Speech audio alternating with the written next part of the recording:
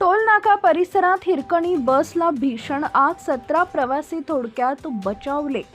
सोलापूरहून नाशिककडे येत असलेल्या नाशिक डेपोच्या हिरकणी एसटी बसला शिंदे टोल नाका परिसरात अचानक भीषण आग लागल्याची घटना आज सायंकाळी घडली आहे. चालकाच्या प्रसंगवदनामुळे बसमधील 17 प्रवासी सुखरूप बचावले असून मोठा अनर्थ टळला.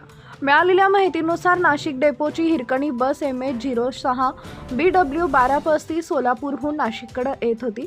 सायंकाळी सुमारे 5:38 सुमारास बसनं शिंदे टोल नाका ओलांडला.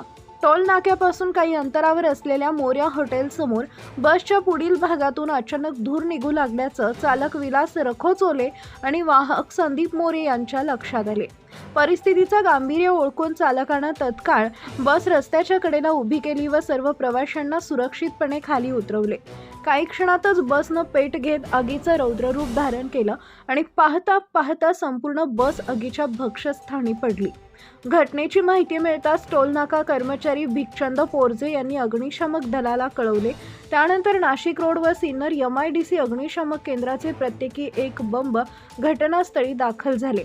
सुमारे तासभराच्या प्रयत्नानंतर आगीवर नियंत्रण मिळवण्यात अग्निशामक दलाला यश आलंय.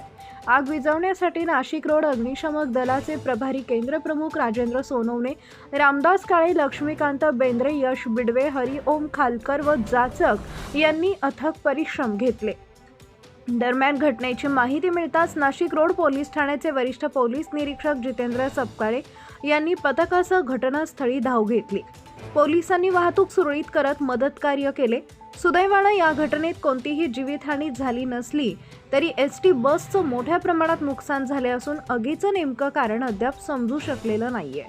नाशिक प्रतिनिधी प्रशांत डावरे.